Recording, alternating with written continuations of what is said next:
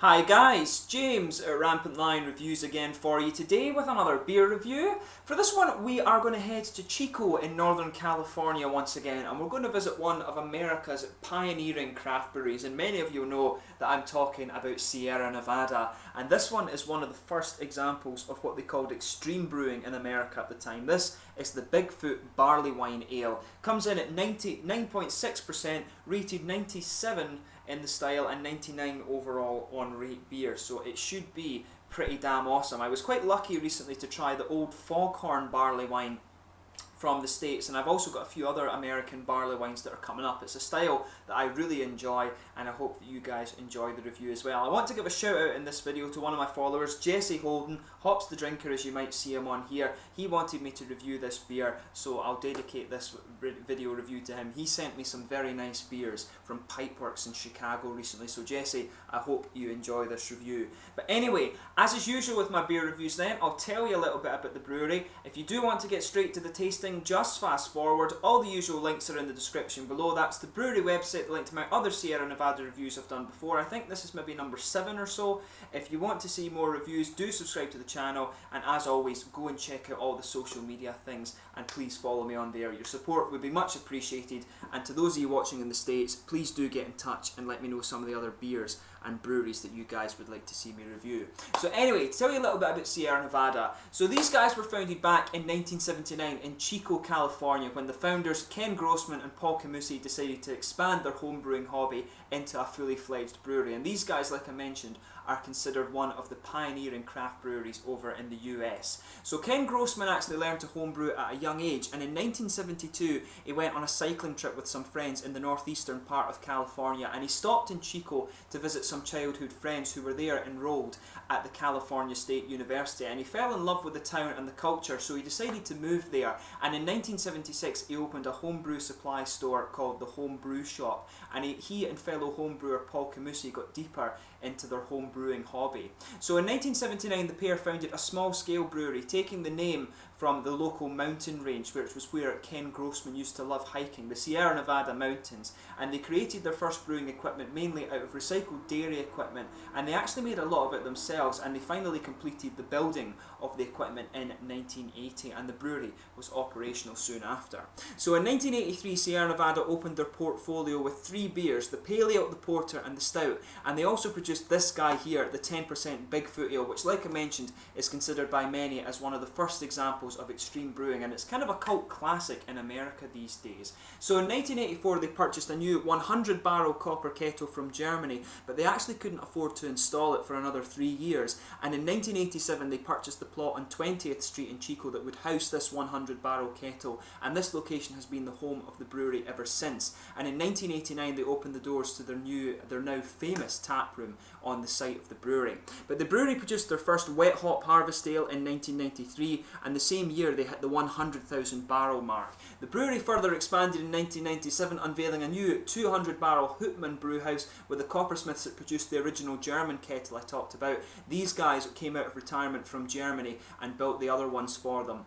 So Paul Camusi actually retired in 1998, and he sold his share in the brewery to Ken Grossman, and later they added a 350-seater auditorium to the brewery in 2000, and a beer research lab to the exact kind of scale dimensions of the brew house was completed in 2005. So these guys are very experimental, and they're always playing about and making new beers as well. So in 2008 the brewery introduced an event called Beer Camp, where restaurant and bar owners can actually come for a hands-on experience at the brewery, and this has since become a regular event. You might have seen the Beer Camp beers that they release every year, which are pretty damn good. You saw me review the Tropical IPA from the 2016 range just a wee while ago, but the company celebrated their 30th anniversary in 2010, and they're very, very into their green policies. Apparently since 2007 the brewery has been powered by solar power, and they actually won the Green Business Award of the Year from the US EPA in 2010. They convert something like 99.5% of their solid waste into recycled material. So very, very cool. One of the pioneering craft brewery companies, and they've got some great environmental policies there too. So just to list the core beers that you'll get from these guys, there's the Pale Ale, the Porter, the Torpedo Extra IPA, and the Kellerfeist Hefeweizen. I think, I might be wrong, but I'm pretty sure the Bigfoot is a summer seasonal beer, and it's really nice actually. It's a big boozy beast of a beer. So this one is the 2016 edition, and it comes in at 9.6%. On the back it says Bigfoot is a beast of a beer, brimming with bold, bittersweet malt flavour and heaps of whole cone Pacific Northwest hops. First introduced in 1983, Bigfoot is a cult classic prized by beer collectors. Drink it fresh or cellar it in a cool, dark place to taste as the flavours develop over time. So I'm drinking this one pretty fresh actually. Barley wines, you know, if you age them for a year, they're usually pretty good as well, but it says that this one was packaged on the 23rd of December 2015, so it's almost 6 months old already actually, and I would guess that within System Beloget they've kept it in fairly decent condition. So yeah, it should be quite nice. Best, it says best before the 23rd of December 2016, but I would guess that's the recommendation from Wicked Wines, the importer, but I would guess when it's 9.6%, you know, it'll last a lot longer than that, and that does tend to be the case with higher alcohol beers, particularly barley wines, and in some cases double IPAs. Double IPAs you want to drink a bit more fresh because the hops, the bitterness of the hops usually is a kind of bigger factor in the flavour. But yeah, just let you have a little look at the artwork on this one. There you can see the Sierra Nevada mountains there. You can see a guy looking at the tracks, and then Bigfoot just chilling in the trees over there. So it looks very nice. You can see this one's got a bit of a different bottle cap on it as well, the Bigfoot 2016. I wonder if this is a standard bottle cap for this one, but yeah, this one should be really nice. As I say, first introduced in 1983, a kind of cult classic over in America. And the other thing I forgot to mention is that these guys do have a second brewery at Mills River in North Carolina, and it doesn't actually say on the bottle where this one was brewed, if it was at Chico or in Mills River in North Carolina, but I guess it doesn't make too much of a difference. Maybe just the water quality is a little bit different, or the mineral content. So yeah, as you can see, a nice smoky opening on this one. You can smell some of these nice fruity characters in this beer as it comes out. I'll just get the rest of it out and into the glass. That looks really nice. You could see that on the pour. It's a big, oily beer. There's still a little bit of stuff to come out, but we'll just let it settle down and we'll see how we get on. So yeah, as you can see, this beer is poured. If I hold it up to the light there, it's a nice, almost kind of chestnutty red colour actually. It's quite a red amber. Maybe not quite as dark as chestnut, but it's a nice, rich red amber there. There's a frothy white head, or kind of probably a slightly beigey cream coloured head on this one, just under a finger of that. The beer is quite transparent actually. I think you can see that. There is a good level of transparency to the beer. There's quite a few little sediment particles just floating around in this one. Some big bubbles sticking to the side of the glass, and then a few little ones going up towards the bottom there. But overall, it is really quite a nice looking beer. So let's have a proper look at the aroma on this one then. Oddly enough, without sugaring it up, the aroma smells a little bit mild. We'll sugar it up and try and get some more nose out of this one. Oh yeah, no, when you sugar it up more, you start to get more aroma out of this guy. Definitely, there's a big boozy malt base to this one. You can pick up the caramel and some of the darker kind of treacle molasses sort of thing going on there. You can smell the boozy character in this one. As I say, 9.6%. You can smell the big boozy character coming out of this beer. There's a bit of biscuity, almost kind of grainy character coming out of this one. As I say, big treacle molasses. The beer smells really nice. Yeah, that's an awesome smelling beer, that. You can get some of the hoppy characters too. There's a good bit of red, kind of fruity esters coming out of this one. You know, maybe a little bit of sort of, there's a bit of that candied fruit that I always talk about, you know, like the Haribo Hearts from the Star Mix sweets. You can pick up some of that in here. There's maybe a bit of figgy characters, some richer raisins and plums coming out of the beer too. But I'm not getting this one. It's actually hopped. I think I have the hop base here.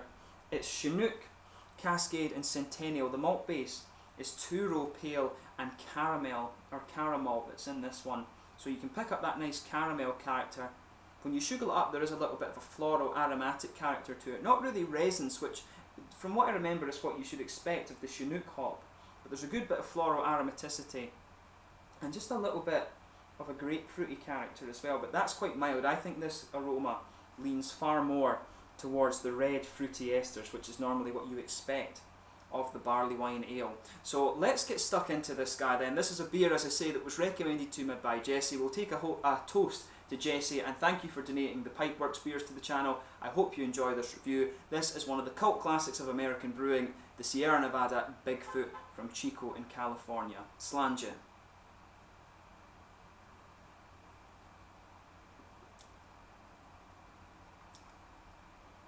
That's pretty damn good.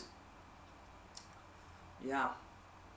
The thing that's interesting about this one is, I always find this with some American beers. When there's certain hops used, you know, Chinook, Cascade, Centennial, things like that, Amarillo maybe to some degree as well. There are some American beers that come across as quite old school, and they're pretty awesome. And you can really detect that with this one.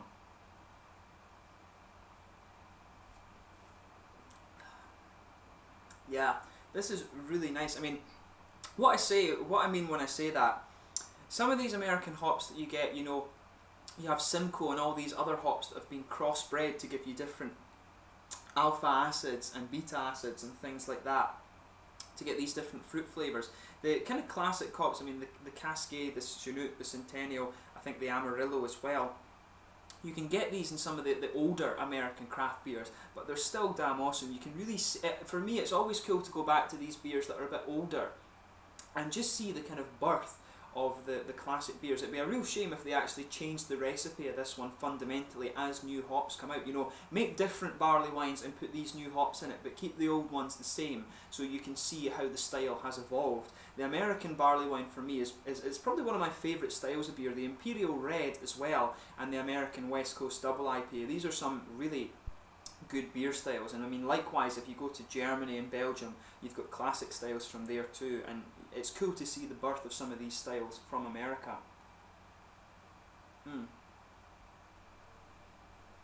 But that's really nice. After you take a couple of sips of this beer, for me the hoppy character really starts to build. You've got that nice dark floral aromatic and kind of resinous character. For me, the hops in this one, the most hoppy beer I've had from these guys, if memory serves correctly, is the Torpedo. It's the resinous character in that is really kind of buzzing around the palate. For me, this one is a bit more, it's almost as if it's a little bit more balanced. The malt base in this one, you've got a bready character that goes right across the middle of the palate. On top of that, you've got the treacle and almost molasses thing that just builds on top of the palate there. The nice sweet caramel, but the sides of your palate where the hops come out, you've got this dark floral aromaticity and almost resinous character, and for me in this one that dominates the palate. Normally I expect a barley wine to just be a little bit sweeter than this one, but this one is a very hop forward barley wine, and it's always cool to try ones that are a little bit different than that. This one's really nice. But I guess that's maybe a point to make. As you age this one, the hops will drop back a little bit and the malt base will start to come out a bit more. So maybe that's one of the things if you drink this a bit fresh. I mean, one of my favourite barley wines I've reviewed was the Clown King from Brewdog, and I'd aged that for I think 2 years before I drank it. And it was perfect, it was spot on, one of the best barley wines I've reviewed. So maybe I will do another review of this with an aged version and I can make a comparison actually.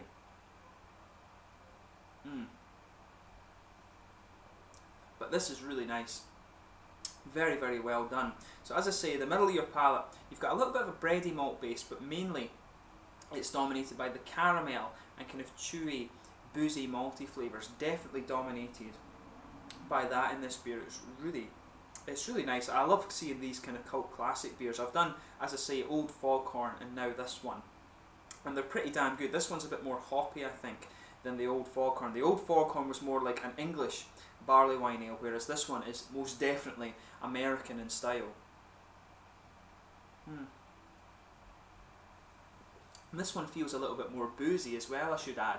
So at the back corners of the palate there's a little touch of earthiness, but as I say, as you come further forward you get the floral aromaticity, but for me the hoppy side of the beer really is resinous. It's really big piney resins that are sitting there on the side of the tongue, and it really becomes quite bitter as the palate adjusts to it. It's nice and it's different to try one that is a little bit more hop forward rather than having that balance between the malt and hop base. This is nice.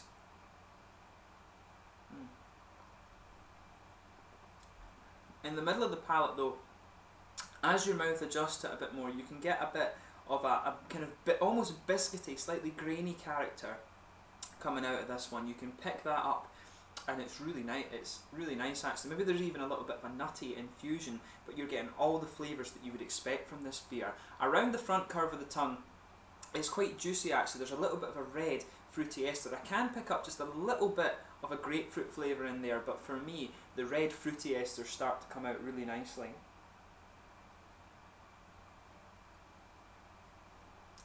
Yeah, just go behind the front curve of your tongue there. If you're drinking this fresh, you can pick out, or as fresh as I am I should say, you can pick out some of these grapefruit, oily flavours that you expect from the hop, particularly the Chinook and the Cascade in this one. Centennial for me tends to be a bit more citrusy, but it's mainly a floral, aromatic and kind of resinous bittering hop actually, Centennial. But you can pick up that in this beer, and it's really nice. The red fruity esters come out a little bit more in the aftertaste, and that resinous character really is just buzzing around the edge of the tongue the whole way through this beer. This is really nice, and as I say, very cool to go back to some of the roots of the kind of high ABV beers in America. This is damn good, and it will give you some kind of buzz as well. So yeah, this is nice. I don't really know where to go with this one, because it's that good, and it's quite different from the other ones I've reviewed before. But like I say, in the aftertaste, that resinous character is just buzzing around. The red fruity esters come out a little bit more in the aftertaste too. Some of the grapefruit flavours, and you've got a nice floral aromaticity and that boozy, treacly malt base in this one. It's a beautiful beer, there's no doubt about that, and I definitely want to do a review of one of these that's aged a little bit more.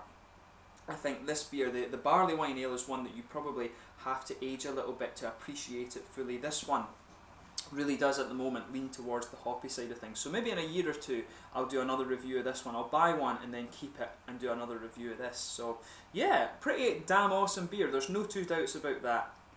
In terms of the mouthfeel, this one, I'd say that it's quite full-bodied. There's no doubt about that. The carbonation is smooth. It's a big, oily mouthfeel. There's a good bit of malty character, which obviously is only going to increase in prominence over time.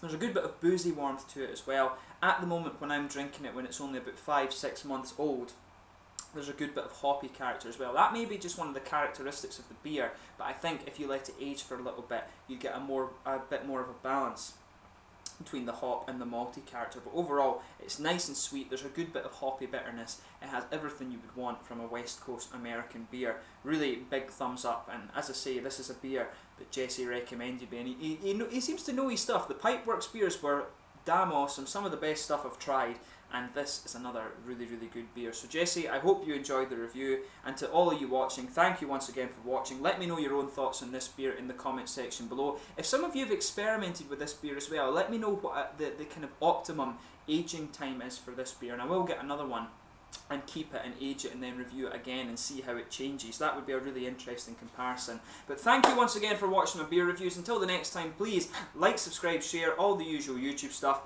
I hope you've enjoyed this beer review. Comment and let me know your own thoughts on this beer in the comment section below. Let me know your favourite beers from Sierra Nevada, and I'm sure we will return to these guys in the fairly near future, because I will be doing some of the experimental beers that appear here in Sweden. Slange just now, and I will catch you soon. Make sure you try the Bigfoot from Sierra Nevada, one of the kind of cult classics of American extreme brewing. Cheers just now, one of the first American barley wine ales. Cheers.